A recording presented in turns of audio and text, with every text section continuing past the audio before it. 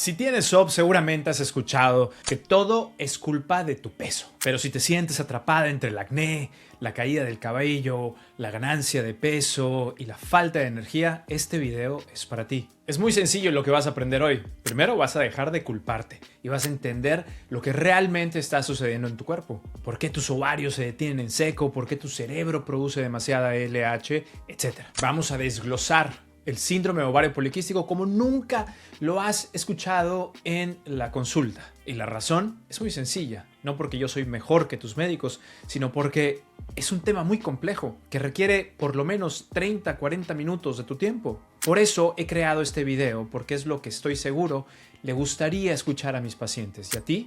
También. Quédate hasta el final para descubrir qué es lo que pasa con tus hormonas. 3, 2, 1.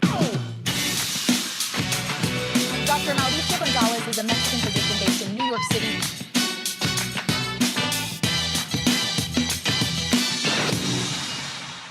Empecemos con lo básico. ¿Qué es el síndrome de ovario poliquístico? Es un síndrome complejo y multifactorial. No tiene una causa única, tiene causas genéticas, biológicas, ambientales, conductuales y hay miles de cosas que no sabemos sobre este síndrome, pero se manifiesta de dos grandes maneras. Número uno, irregularidades menstruales, ovulación muy infrecuente o falta completamente de ovulación. Y lo otro es el hiperandrogenismo, estos síntomas asociados al exceso de hormonas masculinas como el acné y la alopecia, es decir, la caída de cabello. Y también otros signos como el crecimiento del vello facial y en otras partes de tu cuerpo. Y si bien muchas personas hablan de la apariencia de ovarios poliquísticos en los ultrasonidos de alta sensibilidad, este no es, aunque no lo crean, un punto que es necesario tenerlo. ¿Cómo se manifiesta el hiperandrogenismo? Como acné persistente, alopecia de patrón femenino es el adelgazamiento del cabello a nivel del cuero cabelludo y además el hirsutismo. El hirsutismo es el crecimiento de vello grueso y oscuro en áreas más típicas de los hombres, como el labio superior, la barbilla, alrededor de los pezones y en una línea que baja por el abdomen inferior. Pero para poder avanzar también necesitamos saber cuál es la diferencia entre un ciclo menstrual normal y uno con SOP. En un ciclo menstrual normal, el ovario selecciona a lo que conocemos como folículo dominante. Este es un folículo que madura completamente y termina por romperse para generar un óvulo que pueda ser fecundado. Y este folículo a menudo tiene un tamaño superior a los 10 milímetros, algunas veces hasta 18 milímetros. Está grande, maduro, listo para salir. Sin embargo, en el SOP este proceso se interrumpe. Y esta sobreestimulación hormonal genera que se produzcan muchos folículos pequeños de entre 5 y 8 milímetros que no terminan de madurar y se quedan justo ahí en la corteza de tus ovarios. Y está de más decir que no logran liberar un óvulo. ¿Pero qué sucede en el cerebro entonces de las mujeres con síndrome de ovario poliquístico? Lo que sucede es fascinante. El cerebro, o mejor dicho, la pituitaria, la glándula pituitaria de mujeres con síndrome de ovario poliquístico tienden a producir cantidades excesivas de hormona luteinizante, la LH, lo cual sobreestimula unas células específicas en tus ovarios llamadas células TECA, las cuales terminan por sobreproducir o producir de más andrógenos, como testosterona y androstenediona. Y aquí va algo más, yo lo llamo la trampa de la hormona antimulleriana. Recuerda que el folículo grande, maduro, dominante no se llega a producir en el síndrome de ovario poliquístico y se producen múltiples folículos pequeños que no logran liberar un óvulo. Pero estos folículos, detenidos en su crecimiento, producen también una hormona llamada hormona antimulleriana. Y esto hace que las mujeres con síndrome de ovario poliquístico tengan una concentración en sangre de esta hormona de 2 a 3 veces superior que la de otras mujeres. ¿Y esto por qué importa? Porque esta hormona actúa aún inhibiendo más el proceso de selección y maduración de los ovarios. Hace menos eficiente a la hormona FSH. Y sin la FSH actuando correctamente, los folículos no pueden madurar adecuadamente. Como pueden ver, es un ciclo vicioso el cual tiene múltiples ángulos, múltiples puntos de entrada. Seguro has escuchado que la resistencia a la insulina es un proceso clave en el síndrome ovario poliquístico y con justa razón. Les quiero explicar por qué es tan importante controlar la resistencia a la insulina en este síndrome. Primero, hasta el 70% de las mujeres con síndrome ovario poliquístico presentan resistencia a la insulina. Entonces, it's a thing. ¿Pero por qué importa? Porque el exceso de insulina actúa como una estimulación esteroidogénica. ¿Qué significa esto? Recuerden que la LH estimula a las células T a producir andrógenos. ¿Pero qué creen? La insulina también lo puede hacer. Entonces hay una sobreestimulación por dos distintos puntos, por la LH y por el exceso de insulina. Entonces, por eso, en muchas mujeres, al controlar la resistencia a la insulina, al perder peso, grasa corporal, comer mejor, ejercicio, los síntomas del hiperandrogenismo, como el acné, la alopecia, mejoran, porque una vía se empieza a controlar. Pero no es solo esto. Fíjense qué fascinante. El exceso de insulina reduce la cantidad de una sustancia en nuestra sangre llamada SHBG, Sex Hormone Binding Globulin. Y esta sustancia lo que hace es que se une a la testosterona de manera que haya menos testosterona libre en sangre. Pero en las pacientes con síndrome ovario poliquístico con resistencia a la insulina, debido a este exceso de insulina, esta sustancia no llega a tener concentraciones adecuadas en la sangre y por lo tanto puede circular una mayor cantidad de testosterona libre. No hay una sustancia que la atrape y la inhiba. Y mis pacientes siempre me preguntan, Dr. Mao, algo que me deja totalmente confundida es ¿cómo es posible que mi cuerpo sea resistente a la insulina, pero mis ovarios sean lo opuesto, súper sensibles a la insulina? Y esto es frustrante, es realmente fascinante desde el punto de vista genético y honestamente no sabemos mucho, pero lo que se cree es que los defectos genéticos que se encuentran en este síndrome hacen exactamente eso, que las mujeres sean resistentes a la insulina en los músculos y en el tejido graso. ¿Por qué?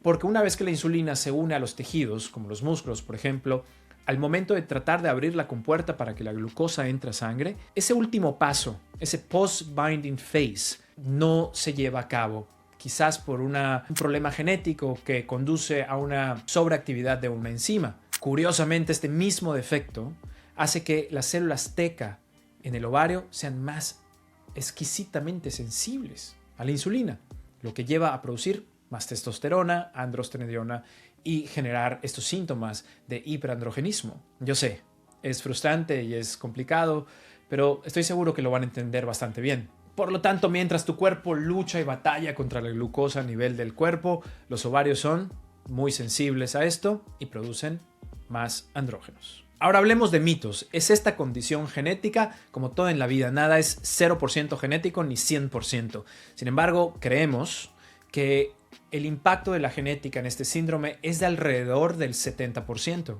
¿Cómo lo sabemos? Porque mujeres cuyas hermanas o madres tuvieron síndrome ovario poliquístico tienen hasta el 20-40% de probabilidad de padecerlo, mientras en la población general es aproximadamente el 10%, lo cual sigue siendo un número alto. Esto significa que 1 de cada 10 mujeres en el mundo padecen este síndrome. ¿Existe un vínculo entre el síndrome ovario poliquístico, diabetes tipo 2 y enfermedades cardiovasculares? La respuesta es sí. ¿Por qué? Porque este hiperinsulinismo, este exceso de insulina en sangre, genera un daño a los vasos sanguíneos de todo el cuerpo y genera un exceso de radicales libres, procesos de envejecimiento celular acelerado y no solo eso, con el tiempo, este ciclo vicioso que conduce a la hipertrofia sin una organización del tejido adiposo, conduce a un estado proinflamatorio perpetuo, crónico, constante, lo cual conocemos como inflamación crónica subclínica. Ahora, mitos comunes a desmentir. Mito número 1.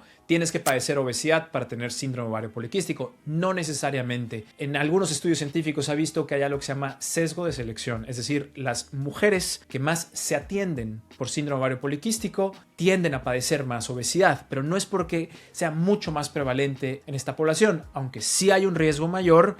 No es tan grande como antes pensábamos. Hay mujeres que pueden estar delgadas y tener el síndrome de ovario poliquístico. Mito número 2, el SOP te convierte en hombre. Falso. Si bien el hiperandrogenismo causa un exceso de vello, acné y este adelgazamiento del cabello, es casi imposible que conduzca a una engrosamiento de la voz o un crecimiento del clítoris, por ejemplo. Si esto se presenta, a esto nosotros lo llamamos en endocrinología virilización. Y si esto se presenta, ojo, tu doctor tiene que hacer más estudios porque puede haber otra parte de tu cuerpo que esté produciendo un exceso de andrógenos de manera muy preocupante. Y te puedes preguntar, como muchas de mis pacientes lo hacen, ¿por qué damos anticonceptivos orales? Para empezar, estos son los medicamentos de primera línea, aún más que la metformina, por ejemplo. Recuerden que en el síndrome ovario poliquístico uno de los mayores problemas es la irregularidad menstrual, que conduce a la falta de ovulación o la ovulación infrecuente. ¿Y esto a qué conduce? Que cuando no hay ovulación, no se produce progesterona, lo que significa que el estrógeno está constante en la sangre de estas pacientes sin una contraparte. La progesterona actúa como un balance para evitar que el estrógeno genere un crecimiento anormal del interior del útero. Y lo que sucede es que los anticonceptivos, al ser dados, inhiben la producción de LH en el cerebro y actúan antagonizando o protegiendo contra el exceso de estrógeno a nivel del útero.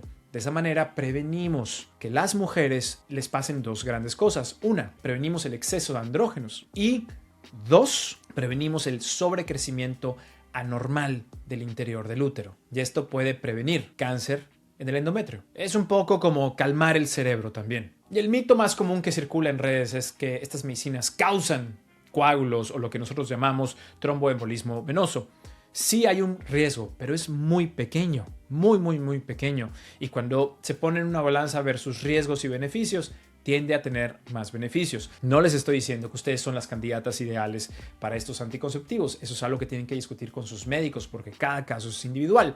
Lo que les quiero decir es esto. Nosotros los doctores sí le prestamos atención a la posibilidad de los efectos secundarios, pero no todas las mujeres presentan estos efectos secundarios de manera uniforme. Sabemos que mujeres mayores a 40 años con obesidad o que además fuman tienen un riesgo mucho mayor de presentar estos coágulos. Momento en el que decidimos quizás no darlos. Pero en mujeres que no tienen estos factores de riesgo es un acuerdo, una discusión consensuada con su doctor. Doctor, pero a mí me dieron espironolactona, sobre todo para el acné y la alopecia, me lo dio mi dermatólogo.